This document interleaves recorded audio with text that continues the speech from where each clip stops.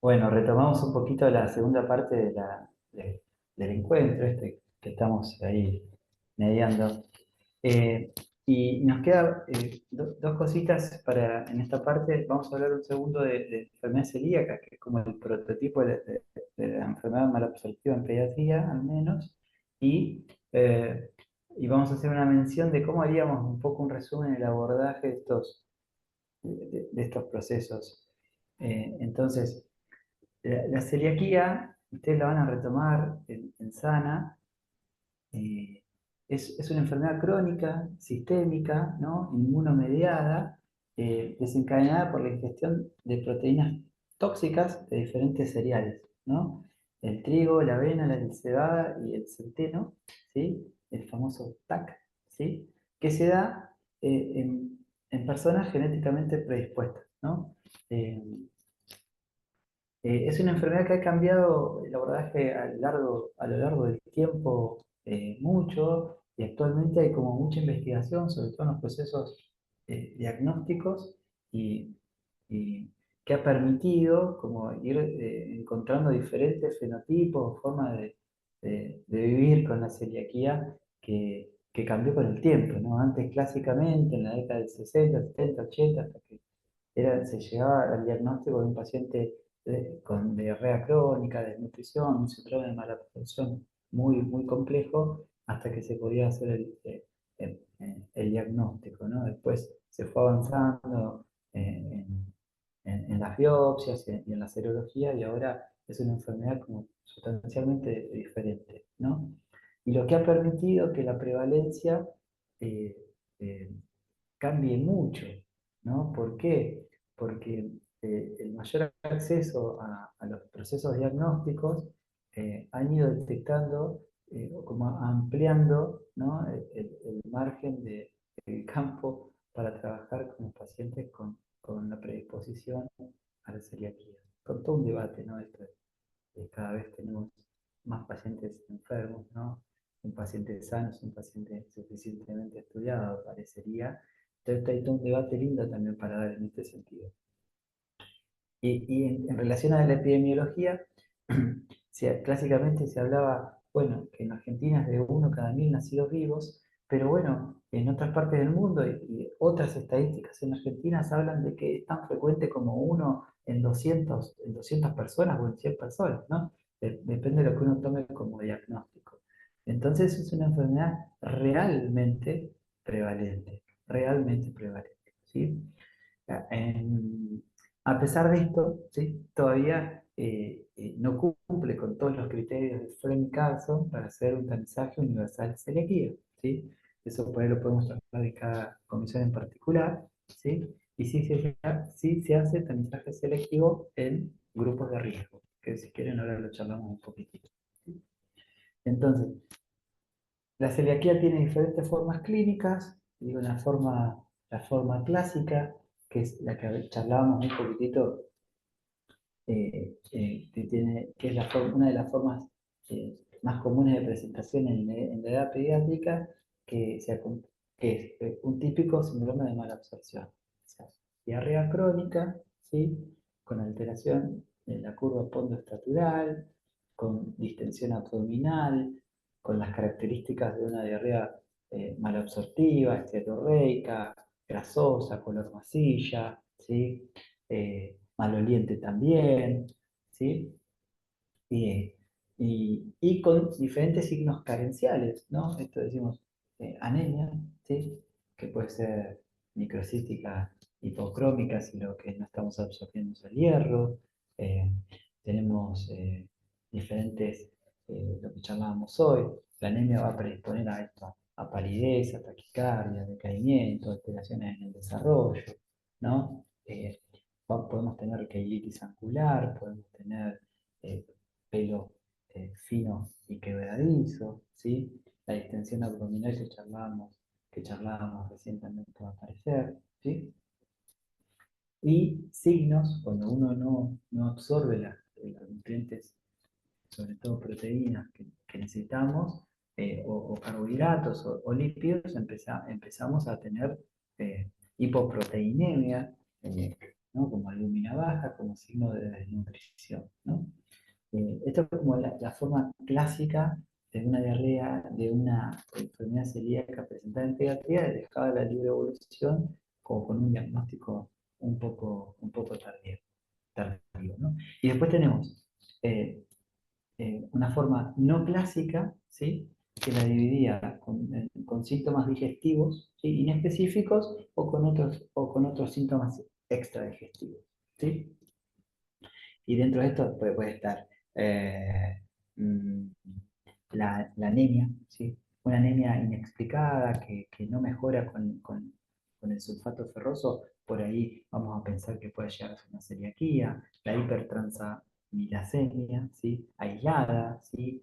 Que a veces pasa en esto que uno trata de que no suceda, pero el patograma parece ser un estudio como de rutina para un montón de cosas, y aparece en un hepatograma así aislado, en un paciente asintomático, una hipertransaminasemia elevada, bueno, puede, puede ser, celiaquía. Talla baja, aislado, sin afectación del peso, puede ser celiaquía.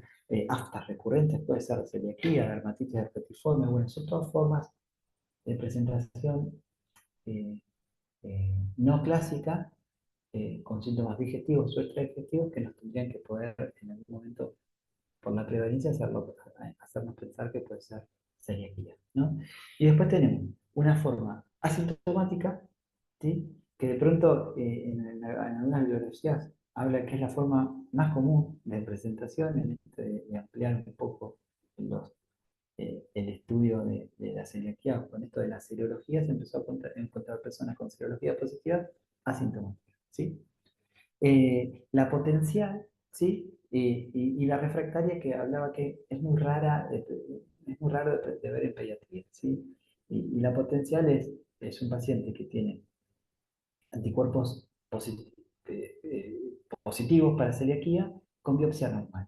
Son estas formas no clásicas, no piensen, eh, eh, no se enrosquen mucho porque son del resorte del especialista. Digo, uno como médico eh, de atención primaria o no solamente de atención primaria, pero un médico que atiende niños y niñas y adolescentes, va a derivar a este paciente a un especialista porque tiene un manejo muy, ¿sí?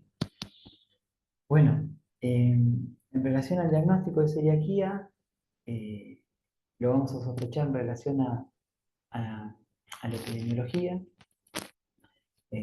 a los antecedentes familiares, personales, y ahora vamos a ver un cachito de eso porque es importante los antecedentes familiares y personales, y en relación al cuadro clínico. Entonces, nosotros podemos llegar a dos vías del diagnóstico.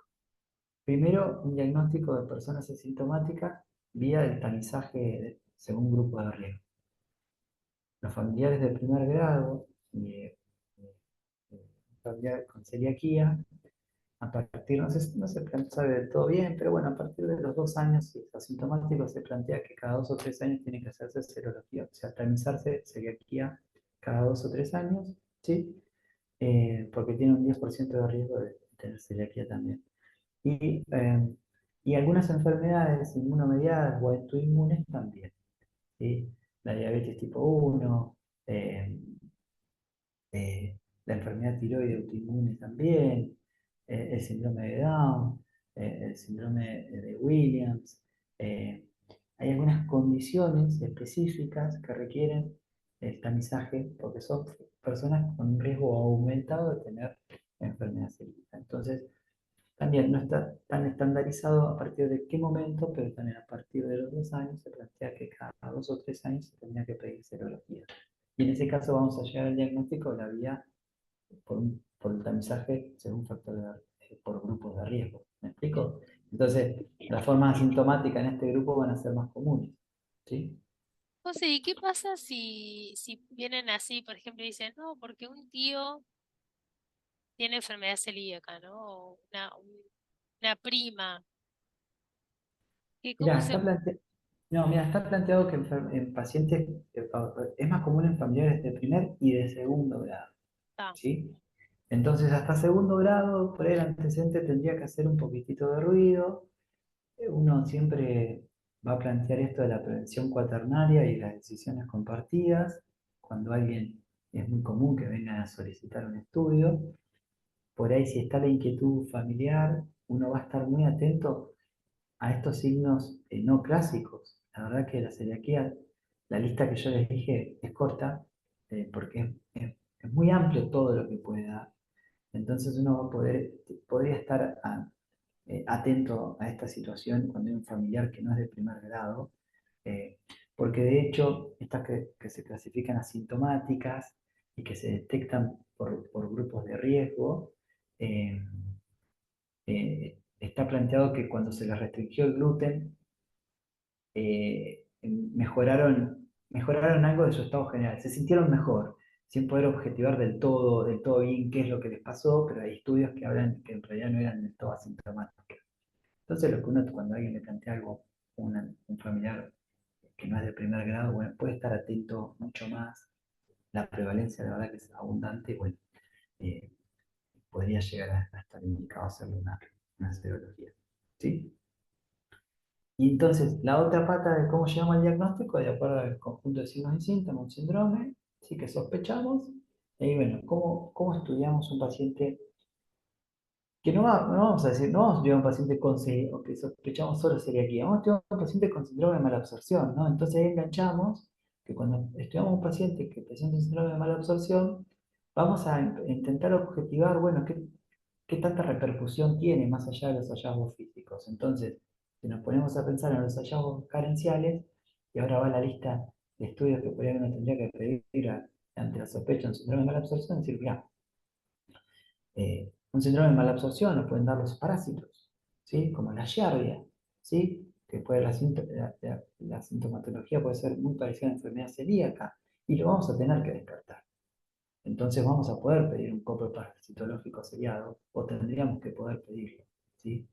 Si bien en la práctica sabemos que se pide seriado porque la eliminación es intermitente y un copo parasitológico negativo no te descarta del todo una parasitosis, por ahí también hacemos tratamientos empíricos. Pero bueno, copo parasitológico, la bibliografía lo plantea, tiene que estar.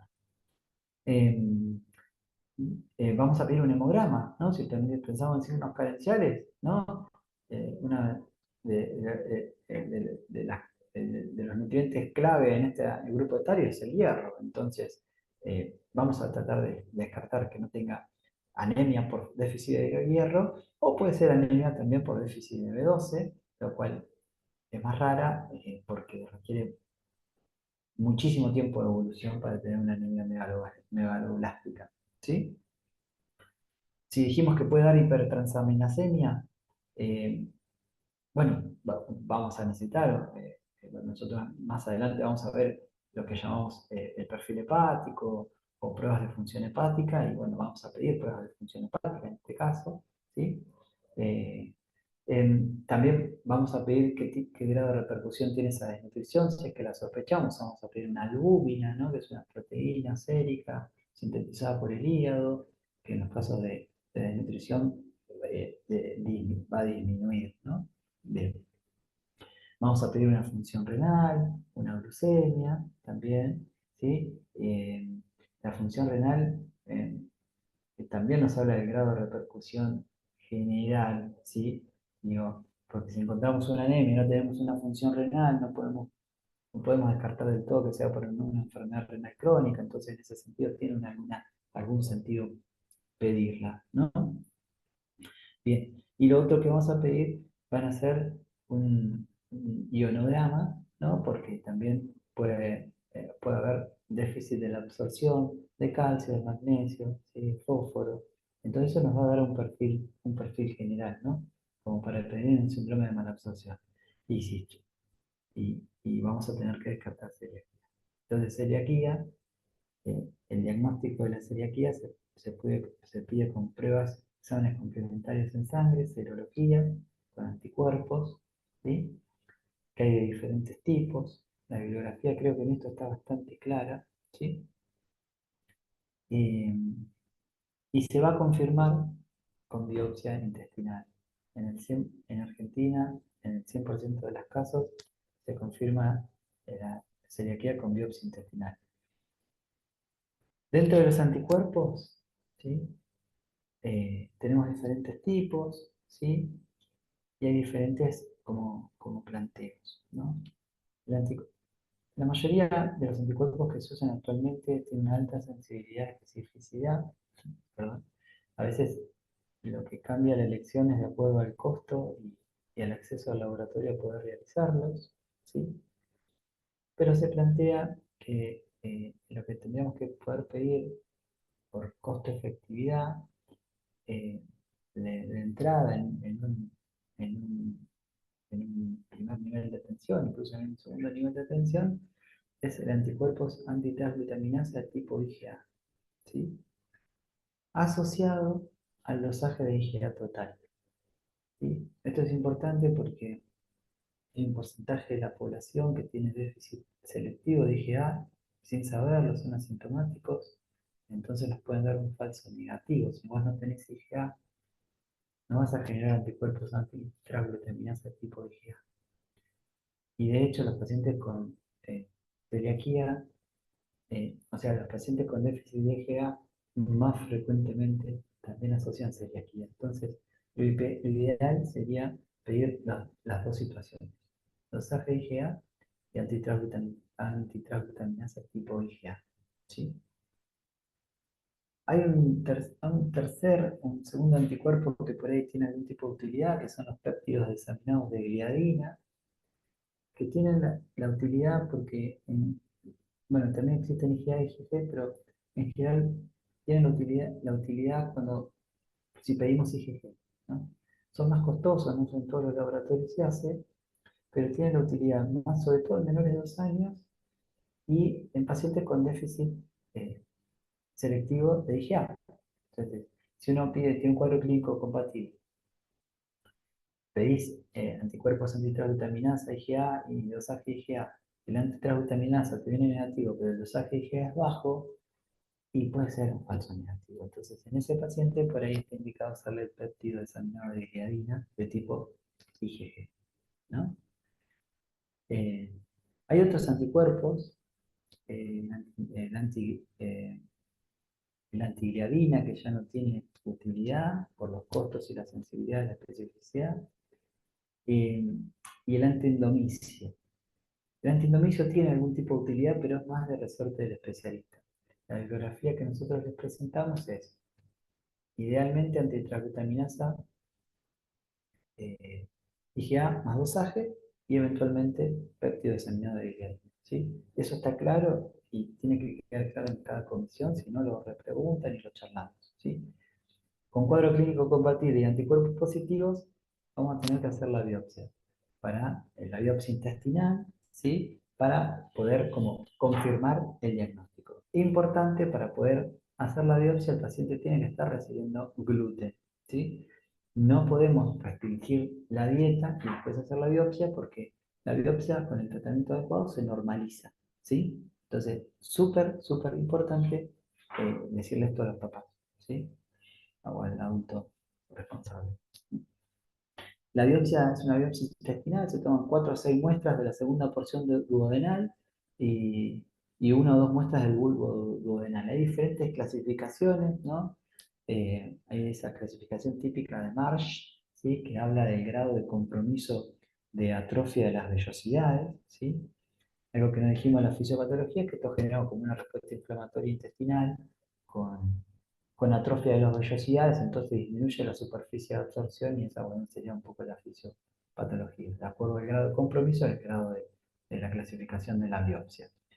Todo es por resorte del especialista, uno no indica la biopsia, ante unos anticuerpos positivos y clínica compatible uno deriva al especialista, o incluso ante clínica compatible y anticuerpos negativos uno termina derivando al especialista, ¿sí? Eh, y de tratamiento, nosotros en tamizaje no vamos a ahondar mucho ahí, ¿sí? Ni de seguimiento, si sepan que bueno, el tratamiento es la restricción del gluten de la dieta, ¿sí? Eh, bueno, hablé un montonazo. Sí, buenísimo, José, porque Parece que vino perfecto el marco teórico. Yo creo que está bueno que de acá quede saber que es una enfermedad prevalente, que está en aumento. En realidad, la incidencia yo creo que como va aumentando, también se va buscando más, ¿no? Porque van apareciendo nuevos cuadros, van haciendo investigaciones. sí, también está planteado, es súper interesante, el que le gusta es re lindo porque está planteado cómo la microbiota, ¿sí? Afecta la permeabilidad, toda esta microbiota que cada vez se sabe más que es tan importante, puede afectar la permeabilidad de estos antígenos en el intestino. Entonces se piensa que el uso de los antibióticos, estos alimentos que también nosotros estamos consumiendo cada vez eh, eh, más complejos en su cadena de producción, pueden estar aumentando la incidencia de enfermedad celíaca por ese mecanismo también. Exacto. Como que de alguna manera la industria nos va enfermando, ¿no? Pero bueno, digo, saber que lo principal es la sospecha, es hacer un abordaje en lo que respecta a la anamnesis es fundamental, el examen físico y demás. Yo por ahí acotar un poco esto de cuando hacemos solicitud de laboratorios, que ahora lo vamos a aclarar bien. José nombró un montón de cuestiones que son súper importantes, que las maneja como pediatra, pero digo, a lo que pedimos nosotros desde la asignatura, ¿no? Es principalmente buscar déficit de hierro, ¿no? Con un hemograma y hematocrito, ¿sí? Albúmina. O sea, no, por ahí esto del hepatograma, función renal, eso lo vamos a, por ahora, ¿no? Por lo menos en nuestra asignatura no lo hacemos como manejo cotidiano para que no se asusten de que tienen que pedir muchos estudios. Igual está bueno que sepan que hay repercusiones a nivel orgánica general, por eso también José lo nombraba. Bien, Ahora vamos a repasar un buenísima esa poquito, ¿sí? aclaración, Aul. Buenísimo. Para que no se asusten, ¿viste? Porque yo veía que vos que hablabas de esto y digo, está buenísimo, pero bueno, hoy por hoy, hasta donde manejamos es sospecho una enfermedad celíaca y busco o por lo menos desde nuestra asignatura, busco esta repercusión general, orgánica, fisiológica, desde la absorción de hierro y por ahí proteínas, fundamentalmente. Obviamente pedir el par serológico, la confirmación es con biopsia. Eso, porque, o sea, digamos, no podemos decir que es una enfermedad celíaca hasta que no tengamos una biopsia. Obviamente la sospecha va a ser altísima con anticuerpos positivos, pero bueno, el diagnóstico Sí, final lo de la biopsia. por eso ahora vamos a ver el abordaje un chiquito, Ay, ¿no? A ver cómo lo vamos a hacer. Pero por eso, digo, uno no sospecha solo de enfermedad celíaca, ¿no? Es un paciente, digo, enmarcado en una familia o en un núcleo de cuidado, marcado en una comunidad, en un barrio, en un colegio, en un montón de lugares donde transita, eh, que llega con una condición, que le está generando algún inconveniente y que uno lo va a abordar desde ahí. Porque a veces lo mismo de siempre, estamos en la clase de enfermedad celíaca que nos vamos, bueno, no, che, vamos a pedir un copro parasitológico, vamos a pensar en en, en la parasitosis como algo frecuente en nuestro medio, ¿no?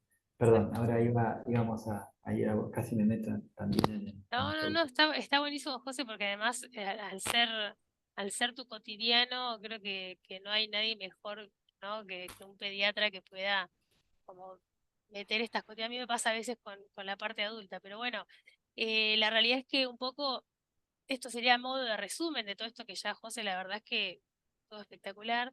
Es muy importante la anamnesis, es muy importante es conocer, ¿no? No solamente los antecedentes de ese niño, esa niña que viene, ¿no? Tanto sea personales, si tiene enfermedades asociadas, antecedentes familiares, para saber, por ahí pensando en enfermedad celíaca, nosotros desde el abordaje de la asignatura vamos a pensar de las más frecuentes, diarrea crónica, parasitosis, que igualmente vamos a siempre tener en cuenta al momento de hacer una solicitud, enfermedad celíaca y después saber diferenciar una diarrea, un cuadro de diarrea orgánica, disfuncional, ¿sí? Y los diagnósticos más frecuentes. Entonces, conocer los antecedentes familiares y cada vez que uno vaya pensando una de estas preguntas dirigidas, saber para qué, ¿no? Si yo le pregunto, por ejemplo, en qué condiciones habitacionales vive, ¿no? Digamos, tiene adecuadas excretas, agua potable, ¿no? Si algún miembro más de la familia tiene un síntoma, un signo similar, porque eso me puede hablar de algo que es a nivel familiar, por ejemplo, una parasitosis, ¿no? Como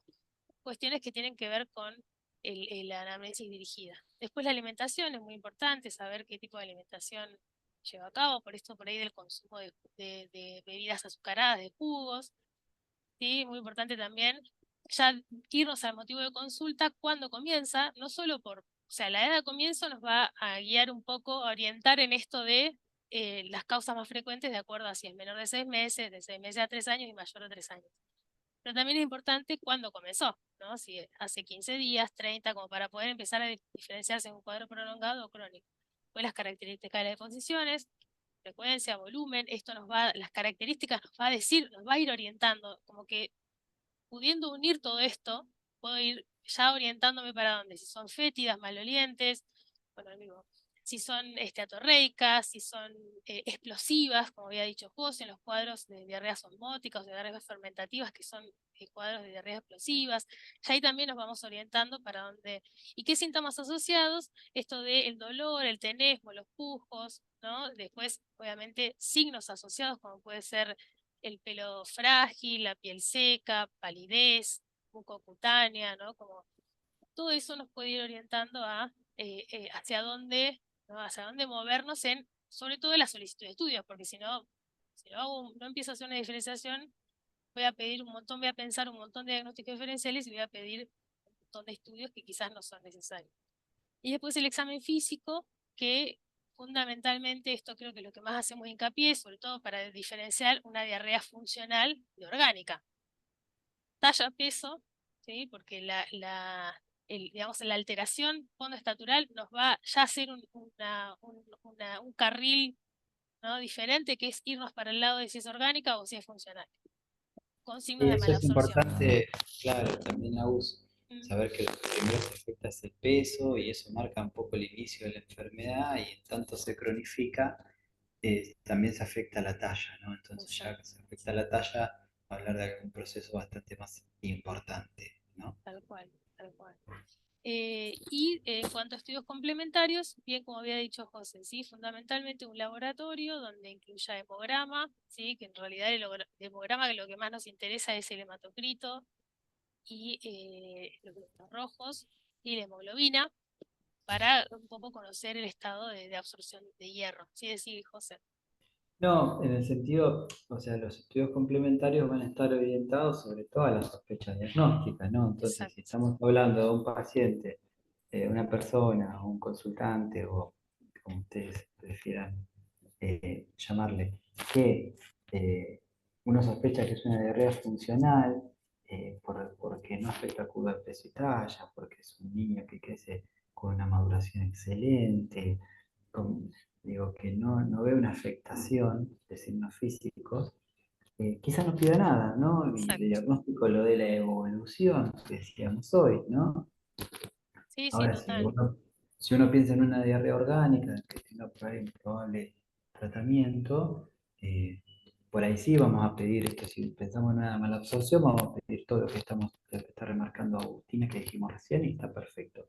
Pero por ahí podemos tener una diarrea crónica por alergia a la proteína de leche de vaca, eh, mm, y quizá el diagnóstico lo vamos a tener en base a la exclusión de la leche de vaca y al desafío, tiene toda una metodología, pero no siempre terminamos pidiendo un laboratorio si vemos que no hay repercusión del estado general, ¿sí? Exacto. Entonces va a Sí, estar orientado sobre todo a lo que estemos sospechando. Por ahí es una diarrea crónica en un niño que tiene cuadros respiratorios a repetición, con desnutrición, con un screen metabólico incluso normal, pero que eliminó meconio después de 48 horas. Bueno, en ese paciente vamos a pensar que puede ser una enfermedad fibroquística del páncreas y vamos a- a- a pedir, si bien no es para que ustedes sepan cómo se diagnostica la enfermedad fibroquística del páncreas, y al menos vamos a hacer una derivación